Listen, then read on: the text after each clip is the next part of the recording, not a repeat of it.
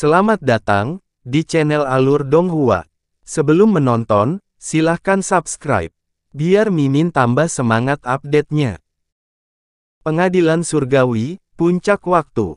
Tempat ini dikelilingi oleh awan keberuntungan keemasan, dan tumpang tindih lapis demi lapis, menyebabkannya berubah secara tidak terduga. Sebuah tablet batu setinggi 30 km berdiri menjulang tinggi di atas awan keemasan, dan memancarkan sinar cahaya keemasan yang mengalir tanpa akhir. Banyak sekali kata-kata emas yang tertulis di loh batu, dan sepertinya itu adalah nama orang dengan ukuran berbeda-beda. Nama-nama emas ini disusun menurut ukuran dan dari atas ke bawah. Beberapa nama di atas adalah yang terbesar, salah satunya adalah nama Han Li, dan menduduki peringkat ketiga. Tepat pada saat ini, nama Han Li di tablet batu tiba-tiba bersinar terang dengan cahaya keemasan, dan dengan cepat membesar sebelum tiba-tiba melompat ke depan dan mendorong kedua nama di depannya untuk menempati posisi pertama. Gelombang fluktuasi tiba-tiba muncul di ruang sebelum tablet batu, dan kemudian seorang pria berpakaian putih di kursi roda muncul dari udara tipis. Ada sosok lain yang berdiri di samping pria berkursi roda itu. Itu adalah seorang pemuda anggun berjubah emas, dan kulitnya juga berwarna emas, membuatnya tampak sangat mulia. Bagian terkuat dari orang ini adalah matanya, dan matanya berkedip dengan cahaya keemasan ilusi yang menyebabkan orang lain tidak dapat melihatnya secara langsung. Tampaknya telah melampaui semacam hukum langit dan bumi. Bagaimana mungkin ini bisa terjadi? Han Li sebenarnya telah mencapai tahap lanjut dari alam Zenith Heaven. Pemuda berjubah emas itu mengungkapkan ekspresi tidak percaya ketika dia melihat perubahan pada loh batu, dan dia berteriak tanpa sadar. Sepertinya Han Li ini masih selangkah lebih maju darimu. Pria berkursi roda itu melihat ke tablet batu dan tersenyum ringan. Bawahan ini tidak berguna, tolong hukum aku, yang mulia. Ekspresi pemuda berjubah emas itu berubah drastis, dan dia segera bersujud di tanah. Han Li mewarisi mantel Mi Luo, jadi wajar jika kultivasinya selangkah lebih maju darimu. Namun, aku telah menghabiskan banyak upaya untuk mengasuhmu, jadi jangan mengecewakanku. Pria berkursi roda itu berbicara dengan acuh tak acuh, lalu sosoknya melintas dan menghilang. Pemuda berjubah emas itu terbaring di tanah dalam waktu yang lama, dan dia baru berani berdiri setelah aura pria kursi roda itu benar-benar lenyap. Han Li, dia melihat nama Han Li di tablet batu dengan ekspresi garang di wajahnya, lalu sosoknya melintas dan menghilang juga. Di dalam ruang rahasia di pegunungan tanpa nama, cahaya keemasan yang jatuh dari lautan emas tidak berhenti, dan gelombang energi hukum waktu terus mengalir ke tubuh Han Li. Yuan ki langit dan bumi di sekitarnya yang meresap dari kehampaan juga bergemuruh dan berkumpul. 1.800 lubang mistik dan 1.320 lubang abadi Han Li berkedip-kedip tanpa henti, tubuhnya seperti jurang maut, tidak peduli berapa lama hukum dan energi esensi langit dan bumi datang, semuanya terserap. Energi spiritual abadi di dalam tubuhnya meningkat pesat, dan kekuatan hukum waktu di dalam tubuhnya juga terus meningkat. Jumlah benang kristal hukum waktu tidak bertambah, namun setiap benang tersebut melepaskan gelombang cahaya keemasan, dan secara mengejutkan menjadi lebih tebal. Aura yang semakin kuat terpancar dari tubuh Han Li, menyebabkan ruang rahasia di sekitarnya, yang telah diperkuat dengan batasan, bergemuruh dan bergetar. Seolah-olah ia tidak dapat menahan kekuatan ini. Retakan mulai muncul di dinding ruang rahasia, semakin membesar seolah-olah akan runtuh sepenuhnya. Pada saat ini, seberkas cahaya keemasan keluar dari tubuh Han Li dan menyapu dinding di dekatnya. Retakan di dinding tiba-tiba menyusut dan menghilang sepenuhnya dalam beberapa tarikan napas. Namun, aura di tubuh Han Li melonjak, dan tak lama kemudian, dinding itu retak lagi. Namun, cahaya keemasan datang kembali, dan tembok itu dipulihkan. Siklus ini berlanjut selama sehari semalam. Tubuh Han Li dikelilingi oleh cahaya keemasan, membuatnya sulit untuk melihatnya secara langsung. Pada saat ini, tubuhnya tampak tembus cahaya, dan 1800 benang kristal hukum waktu dapat terlihat dengan jelas. Benang kristal hukum waktu ini sekarang 10 kali lebih tebal, dan melilit tubuhnya seperti rantai, tampak tidak bisa dihancurkan. Aura yang dipancarkan Han Li sedalam laut, dan tidak kalah dengan Raja Bon, namun dibandingkan dengan guru kuil samsara yang tak terduga, masih terasa sedikit lebih rendah. Pada saat ini, lautan emas di kehampaan di atas kepalanya tiba-tiba berfluktuasi, dan segera menghilang dalam sekejap, bersamaan dengan jatuhnya cahaya keemasan. Kekosongan yang rusak dengan cepat sembuh, dan segala sesuatu di ruang rahasia dengan cepat kembali normal. Cahaya keemasan di permukaan tubuh Han Li dengan cepat menghilang, dan dia perlahan turun dari udara. Pada saat ini, tidak ada sedikit pun rasa kekuatan di tubuhnya, dan aura energi spiritual abadi dan hukum waktu semuanya hilang. Dia tampak seperti manusia fana yang belum pernah berkultivasi sebelumnya. Arai di ruang rahasia telah runtuh, dan sekarang tidak ada yang tersisa. Boneka abadi duniawi yang dimiliki oleh mayat baik telah mendapatkan kembali kebebasannya, tetapi dia tidak bergerak, dan berdiri dengan tenang di sudut ruang rahasia. Mayat baik memandang Han Li dari atas ke bawah, dan sedikit ketakutan tiba-tiba muncul di matanya. Sehari semalam yang lalu, dia masih bisa menahan diri melawan Han Li dan berbicara dengannya dengan santai. Pada saat ini, Han Li telah mengalami perubahan yang mengejutkan. Pada pandangan pertama, dia tampak seperti manusia, tetapi di bawah pemeriksaan indera ilahi, seluruh tubuh Han Li seperti lautan yang tak terduga. Tidak peduli bagaimana dia mencoba merasakan, dia tidak bisa melihat kedalaman Han Li. Sebaliknya, dia merasa seperti sedang tersedot ke dalam, dan buru-buru menarik kesadaran ilahinya. Selamat, Anda telah mencapai tahap akhir dari Zenith Heaven dan menguasai hukum waktu. Mayat baik itu menangkupkan tangannya dan berkata, "Saya masih harus berterima kasih atas bantuan Anda." Han Li membuka matanya dan berkata sambil tersenyum tipis.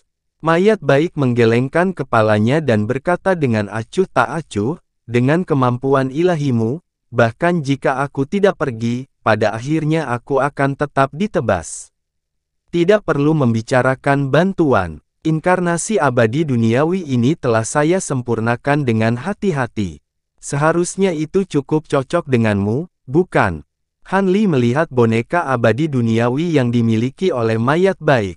"Ini sangat cocok. Terima kasih telah menemukan tubuh yang bagus untukku." Mayat baik melihat tubuhnya sendiri dan berkata sambil tersenyum.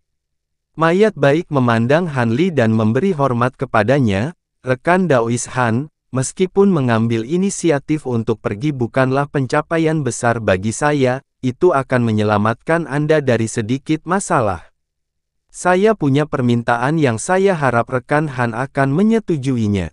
Berbicara, Han Li tidak terkejut dan berkata, dia sudah menebak ini ketika mayat baik mengambil inisiatif untuk pergi. "Teman Han, sekarang kamu telah maju ke Zenith Heaven tahap akhir. Aku khawatir kamu akan menuju ke kuil samsara selanjutnya. Kamu kuat sekarang, jadi tentu saja kamu tidak perlu takut. Hanya saja aku tidak ingin terlibat dalam pertarunganmu," kata mayat baik. "Kamu ingin pergi?" Mata Han Li berkedip dan bertanya. "Jangan khawatir, saya tidak akan bergabung dengan kuil samsara atau pengadilan surgawi untuk menjadi musuh Anda. Saya telah menemukan tempat saya berasal dari perbuatan baik Anda sebelumnya. Saya ingin melanjutkan jalan ini dan melakukan perjalanan ke seluruh penjuru dunia abadi sejati untuk memberi manfaat bagi orang-orang di dunia dan mengejar alam kebaikan tertinggi," kata mayat baik dengan tatapan jernih. "Karena kamu memiliki keinginan seperti itu, aku akan memenuhinya." Han Li mengangguk setelah hening beberapa saat. "Kalau begitu aku pamit dulu. Hati-hati, teman." Mayat baik sangat senang saat mendengar ini dan menangkupkan tangannya ke arah Han Li. Sebelum dia selesai berbicara, cahaya keemasan melintas di tubuhnya dan sosoknya langsung menghilang tanpa jejak. Han Li berdiri di sana dengan tenang dan tidak peduli dengan kepergian mayat baik itu. Untunglah mayat baik itu pergi. Dia masih harus waspada terhadap hal itu setiap saat. Dia segera menutup matanya lagi dan merasakan perubahan dalam kultivasinya. Wajahnya perlahan menunjukkan ekspresi terkejut. Sebelumnya, Han Li telah menduga bahwa kekuatannya akan mengalami perubahan besar setelah maju ke alam Zenith Heaven tahap akhir. Sekarang setelah dia benar-benar maju tahap akhir, dia menyadari bahwa pertimbangannya sebelumnya terlalu sederhana. Sekarang dia telah melangkah ke dunia yang benar-benar baru, segala sesuatu di sekitarnya tampak berbeda dari sebelumnya. Han Li mengulurkan tangannya untuk menyentuh kekosongan di sampingnya. Dia tidak mengedarkan energi spiritual abadi, kekuatan hukum, atau kekuatan tubuh fisiknya. Kekosongan itu bergetar seperti air sebelum meledak. Sebuah lubang spasial yang berdiameter lebih dari 30 meter muncul di ruang rahasia. Fragmen spasial melesat keluar dari lubang dan menebas dinding ruang rahasia. Pecahan spasial yang ditembakkan segera berhenti di tempat seolah-olah dibelenggu oleh kekuatan tak terlihat. Han Li melihat telapak tangannya dengan ekspresi terkejut. Pada saat ini, dia merasa seolah-olah dia dirasuki oleh suatu kekuatan misterius. Dia memiliki perasaan kendali atas dunia sekitarnya. Seolah-olah dia telah menjadi makhluk maha kuasa yang dapat dengan mudah mengendalikan sebagian dunia. Han Li perlahan mengedarkan kekuatan kendali ini dan melihat sekeliling. Seluruh domain abadi Grand Reach secara mengejutkan berada di bawah matanya. Tidak ada yang bisa luput dari pandangannya, dan itu 10 kali lebih jelas dari sebelumnya. Pada saat ini, mayat baik muncul di kota terpencil dan sedang mengamati situasi di kota tersebut. Di kota terpencil tempat dia berada sebelumnya, Li Hai sedang menjamu tamu. Tidak hanya domain abadi Grand Reach, tetapi domain abadi di dekatnya dan beberapa alam rendah juga dapat dengan mudah dilihat. Mungkinkah ini energi surga Dao? Han Li mengungkapkan ekspresi kejutan yang menyenangkan saat dia bergumam. Dia telah membaca di buku-buku kuno bahwa ketika sebuah hukum dikembangkan hingga puncak absolut, seseorang akan dapat berkomunikasi dengan surga Dao dan mendapatkan berkah dari surga Dao. Seseorang akan mampu mengerahkan kekuatan untuk menghancurkan dunia hanya dengan mengangkat tangan. Namun, alam ini hanya bisa dicapai oleh leluhur Dao. Dia hanya berada di alam Zenith Heaven tahap akhir sekarang, jadi bagaimana dia bisa berkomunikasi dengan Dao surga? Han Li berpikir dalam hatinya, dan dia mengangkat tangannya dan menamparkan ruang di depannya. Ruang di langit di atasnya berfluktuasi dengan hebat, dan telapak tangan emas yang sangat besar muncul. Itu menyelimuti ruang di langit selama ratusan juta kilometer, dan tiba-tiba jatuh. Fluktuasi energi yang sangat mengerikan terpancar dari telapak tangan emas yang sangat besar, dan meteorit serta berbagai badai energi di bawah telapak tangan besar itu meledak dan hancur menjadi ketiadaan. Ruang di langit hancur berkeping-keping, dan lubang hitam mengerikan berukuran ratusan juta kilometer muncul.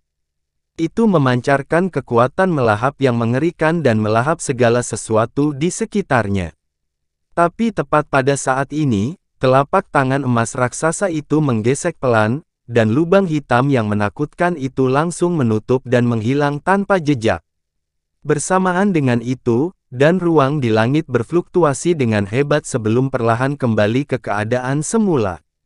Di dalam ruang rahasia, Han Li menarik kembali telapak tangannya dengan ekspresi bahagia. Setelah percobaan tadi, dia telah memastikan bahwa dia memang dapat berkomunikasi dengan energi surga Dao.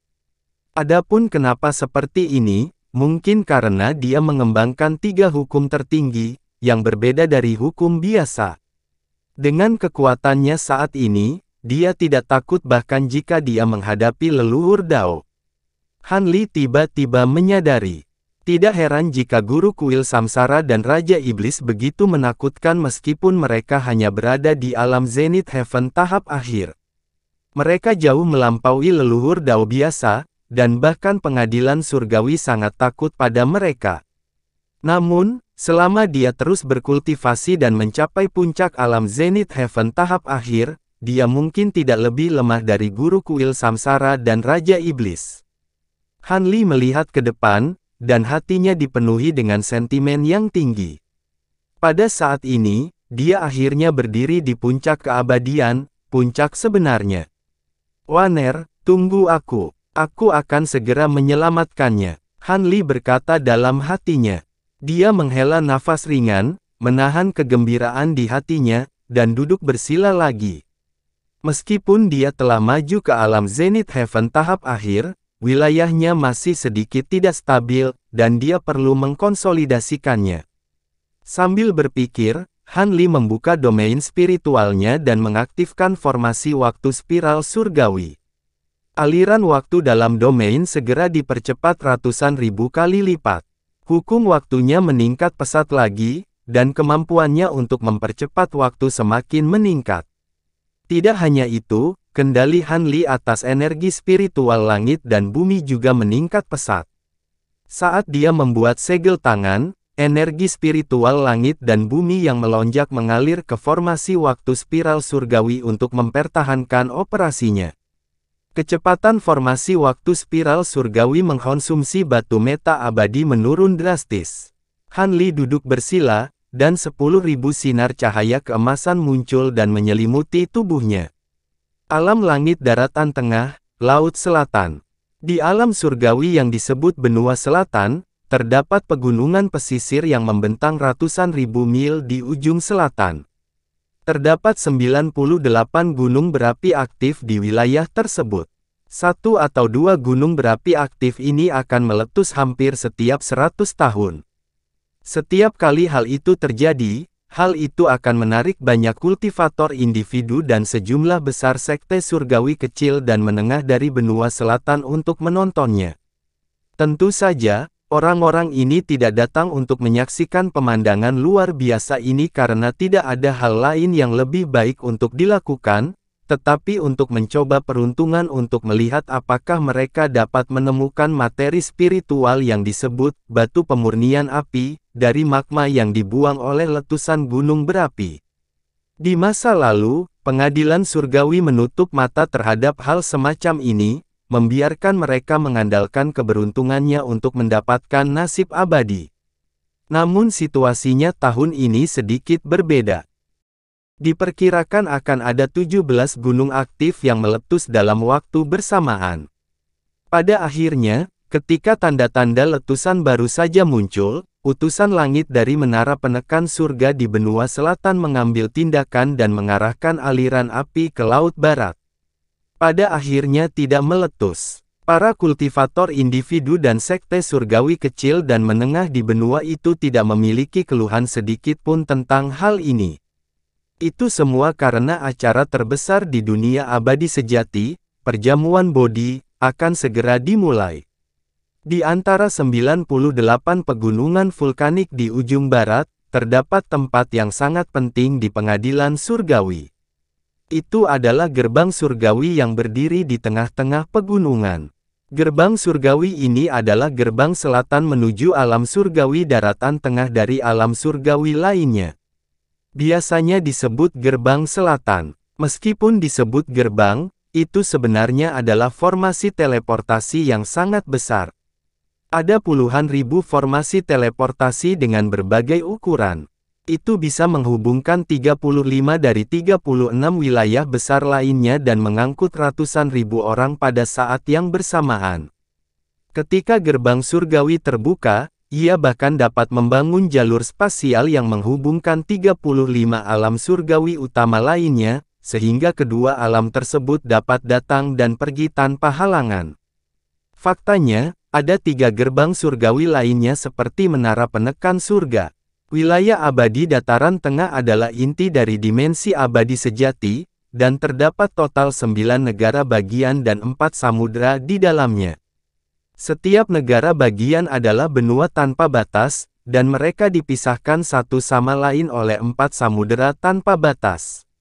Beginilah situasi saat ini terbentuk. Di antaranya, selain benua Istana Surgawi yang terletak di tengah 9 provinsi dan 4 lautan, juga terdapat benua Dongsheng, benua Xie, benua Nanzang, dan benua Beiji yang terletak di timur, selatan, barat, dan laut utara masing-masing. Di masing-masing dari 4 benua berdiri menara penekan surga dan gerbang Yingtian. Masing-masing gerbang surgawi adalah gerbang surgawi yang terhubung ke alam abadi lainnya dan dijaga oleh jenderal surgawi. Setiap menara penakluk surgawi adalah inti dari alam abadi dan dijaga oleh ahli tingkat leluhur Dao sepanjang tahun. Karena perjamuan Bodhi semakin dekat, sejumlah besar kultivator dari berbagai wilayah abadi di dunia abadi sejati mulai berkumpul di wilayah abadi dataran tengah. Selain yang telah memperoleh token Bodhi dan cukup beruntung untuk berpartisipasi dalam perjamuan pengadilan surgawi, bahkan lebih banyak lagi orang yang datang untuk menyaksikan kejayaan domain abadi nomor 1 di dunia abadi. Di saat yang sama, mereka juga berharap dapat menikmati manfaat yang didapat dari jamuan makan tersebut. Meskipun perjamuan Bodhi diadakan di benua Istana Surgawi, berbagai acara kecil dan menengah juga diadakan di benua lain. Pada saat itu, segala jenis harta karun langka yang tersebar di seluruh alam surgawi sejati juga akan berkumpul di sana. Berbagai penilaian dan lelang harta karun terlihat di mana-mana. Kultivator mana yang tidak ingin mengambil kesempatan ini untuk memanjakan mata dan mencoba mengambil keuntungan darinya. Namun, untuk menyambut perjamuan abadi ini, pengadilan surgawi juga menanggung banyak tekanan. Lagi pula, ketika perjamuan resmi dimulai, seluruh wilayah abadi dataran tengah mungkin akan dibanjiri 10 kali lipat atau bahkan lebih banyak kultivator dari seluruh dunia. Betapapun ketatnya pertahanannya, sulit untuk menjamin tidak ada ikan yang lolos dari jaring. Di alam surgawi pemberontak, di padang salju yang membentang puluhan ribu kilometer, bola api merah menyala di mana-mana, dan itu seperti teratai merah yang mekar di seluruh tanah. Warnanya merah tua dan mempesona, dan menghanguskan banyak bekas hangus di dataran yang awalnya tertutup salju. Domain spiritual berwarna merah tua yang sangat besar menyelimuti padang salju yang terpencil ini. Kepingan salju yang jatuh dari langit diuapkan oleh gelombang panas yang bergulung. Di tengah lapangan salju ada sebuah kawah besar yang lingkarnya ratusan ribu meter. Ada seorang kultivator iblis berbaju besi perunggu dengan hanya tersisa setengah kepala.